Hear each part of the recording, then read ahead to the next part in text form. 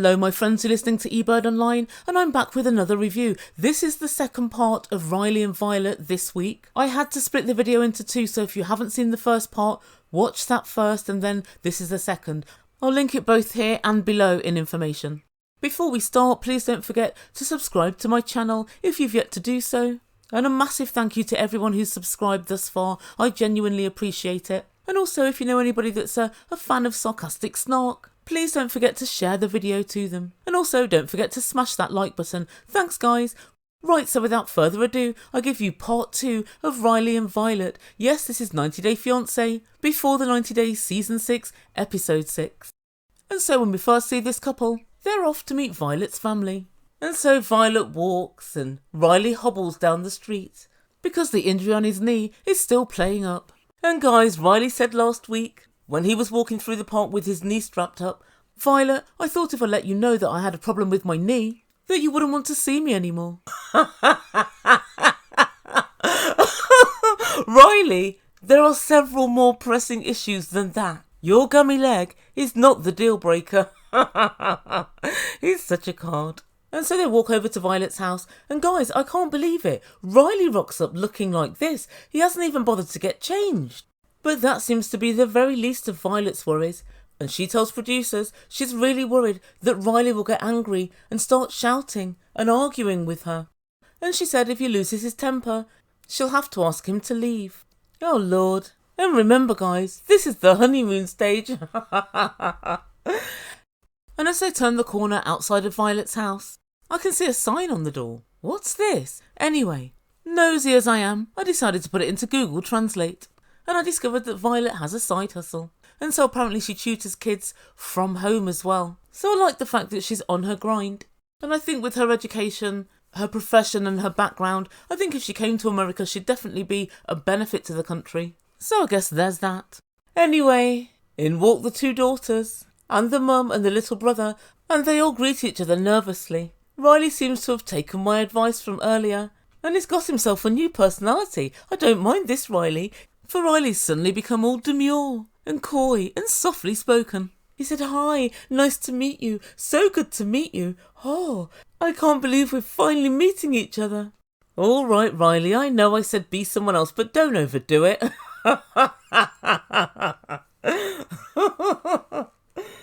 Oh, good Lord, guys. Riley's transitioning into Ryletta.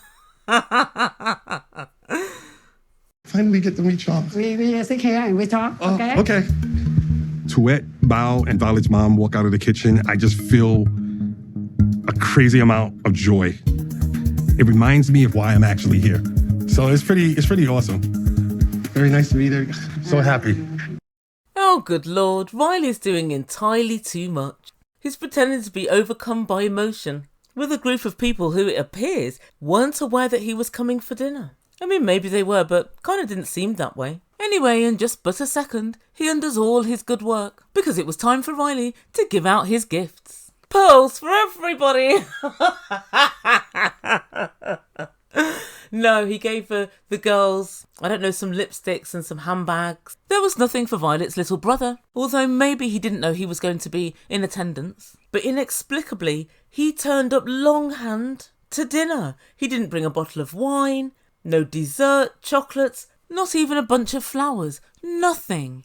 To me, it's unforgivable that you would turn up without a gift for Violet's mum. So in but a second, he's gone from team too much to team fuck all. And I'd like to say it went unnoticed by Violet's mum, but well, it didn't. And she said, if somebody doesn't bring a gift for a future mother-in-law, they may discover the relationship won't work. Oh, Violet's mum, gifts be damned. The relationship won't work anyway. But I've got to say I'm particularly surprised that Violet didn't just tell Riley that he was required to bring something for her mum. I mean, it's what we would do in England, and I guess it's what you guys do in America, but I don't know, maybe where Riley was brought up, maybe they don't do it. But irrespective, she should have clued him in. And straight up she asked, is he going to change his temper and stop being so angry if he's to marry my daughter? Okay, she wants to know if my temper will change. Mm-hmm. I want to be good to Violet. I just don't like being lied to. I like the truth. What? I could not believe my ears. Guys, there are so many issues here. So many. Firstly, you never, ever sit at a dinner table and offhandedly yet forcefully call somebody's daughter a liar. And the second thing is, there's no evidence really that she has lied as yet. Now for the avoidance of doubt, I believe she has. But Riley just has 1, no proof, and 2, no knowledge of the Vietnamese culture, so he really doesn't know. Thirdly, it's frankly quite disgusting the fact that he's accepting that he is aggressive and argumentative. He said, I want to be good to Violet, but I just don't want a liar. Whether you've got a liar or not, there's no excuse for the aggressive behaviour you display. So you can't use the fact that you think Violet's a liar as any sort of excuse. And finally, you're doing all of this in front of Violet's kids. Oh Riley, both you and I know this is nothing short of despicable behaviour. And right on cue. But the word liar is too heavy and a little bit disrespect. The moniker of being a liar and to call someone a liar is disrespectful in every single culture I have ever witnessed. In the British Houses of Parliament, which is, I guess, like your guys' Senate, yeah, you're not allowed to call somebody a liar. You're literally not allowed to say the word.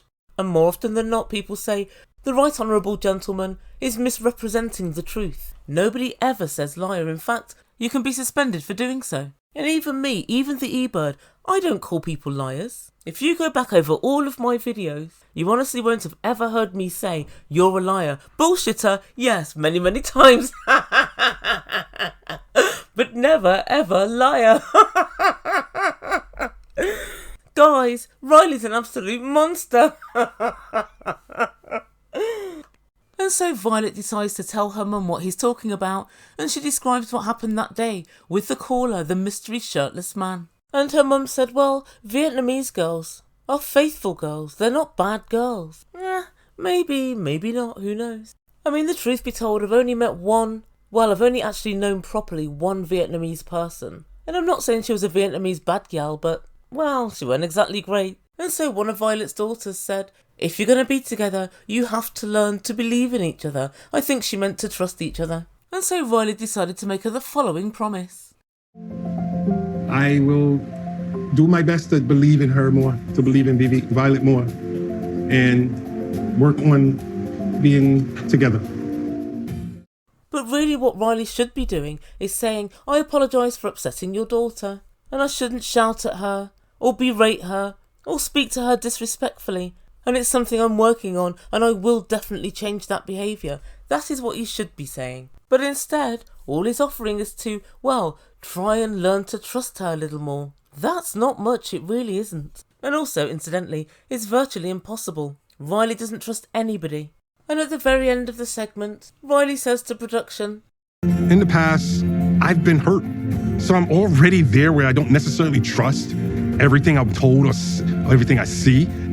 Oh God, Riley's having a little pity party for one. Do you know what? I think I'll pull up a chair and join in. Guys, by show of hands, who's been hurt and lied to before, previously in a relationship? Okay. Right, yep, I see. That's everybody, Riley. That's everybody. There's no excuse to not trust the person you see in front of you just because somebody else lied. And so also, very quickly, let's pick through these so-called lies. The first alleged lie was Violet not coming off the dating app in a timely manner. Now guys, I've been thinking about this. Now there are two possibilities. The first possibility is that she just didn't get off the dating app and continued talking to guys. But there is another alternative view. And guys, this suddenly came to me over the weekend. And I remember many years ago when I decided to try internet dating. I went on a few dates and I realised it wasn't for me. And I think I'd paid for a month, or maybe I got a free month, so I cancelled it quickly. And as far as I was concerned, it said within 7 days your details will be deleted. I'd set up an email specifically just for these messages, so it didn't contaminate, my work email or anything else. And then literally I went to my email about 6 months later and I had like 1 million emails. Guys, I was rather popular. But yeah, I had an awful lot of emails. Because guess what? My profile was still there. And I say that to say this. To encourage men to go on dating sites, they don't want to just see loads of other men. They want to see loads of women. It's a kind of, online dating equivalent to ladies free in the club. And if I've got any Gen Zers listening, A club is kind of like, I don't know, a glitzy bar that lasts until about 3, 4, 5 in the morning, and people go there and listen to music, they dance, and they meet people, actual real people, in the flesh. Wild, right? So yeah, I digress. So what these dating sites do is to keep your profile up so it looks like there are more women on the site than there actually are. And so I guess there's an outside chance that her details were just left on there in the same way that mine were. And then also there's the fact that they're very male heavy in Vietnam. It's got the third highest imbalanced female to male ratio. So there are an awful lot of single men looking round for a woman. So I don't know what the case was with this situation, but yeah, that's my tuppence worth. And so alleged lie number 2 was Violet's divorce. Now she told Riley she was already divorced, and then 3 months later, as they were talking online, she said, "My divorce papers came through today." And Riley was understandably a little bit perturbed because he said, "I would never have spoken to you if I knew you were still married." But she wasn't still married. Come on, guys. She was separated. Divorces don't come through in a few weeks. Also, she'd split up with her ex-husband for several years before even applying for a divorce. So, yeah, Riley always puts 20 on 10. And it also wouldn't surprise me if Violet described herself as divorced on the dating app they met on, because in reality, who's going to put separated or married? It seems messy. If you fell out with a person 5, 6 years ago and you've been living separately but just not put in for a divorce, then to all intents and purposes, I think you can put divorce knowing that your decree nisi is in the post and knowing that you're only meeting people from overseas, and the divorce will be through by the time you actually ever meet them. Of course, it was a white lie. She of course stretched the truth. But I think most people that have been married and then divorced have potentially been in similar situations. To me thus far, the worst thing Violet has done was today with this shirtless man. The way she behaved, I think, was, I don't know, super sketchy. And guys, even when she told her mum, "Riley saw one of my friends," and he thought it was another boyfriend, she didn't say, "Mum, you know my friend Sam? You know the one that I'm trying to fix up with Karina? Yeah, well, I asked him for a topless picture and he sent it to me and I was going to forward it on to her. And then Riley saw it and now Riley mistrusts me." But that wasn't how she framed it. She didn't really make references to who it was, but according to her, she said, "It's my best friend at school." Surely your mum's at least heard of your best friend. Something just tells me that this story isn't necessarily true. Well, I guess time will tell. But it's just as well that Riley's got a private investigator on the books. Because maybe he can now follow that lead and find out really what's happening. Guys, it's been a marathon. So I'm going to go, but I'd love to know what you think in comments down below.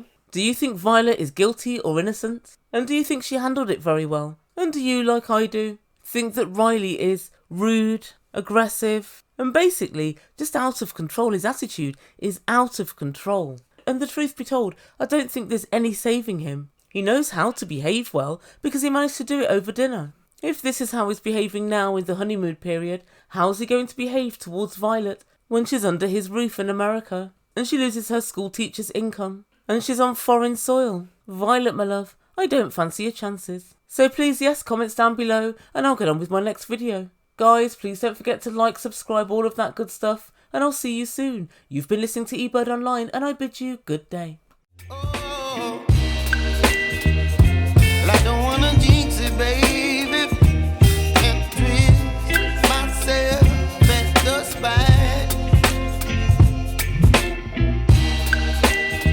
Don't wanna overthink it, baby. It's just twist.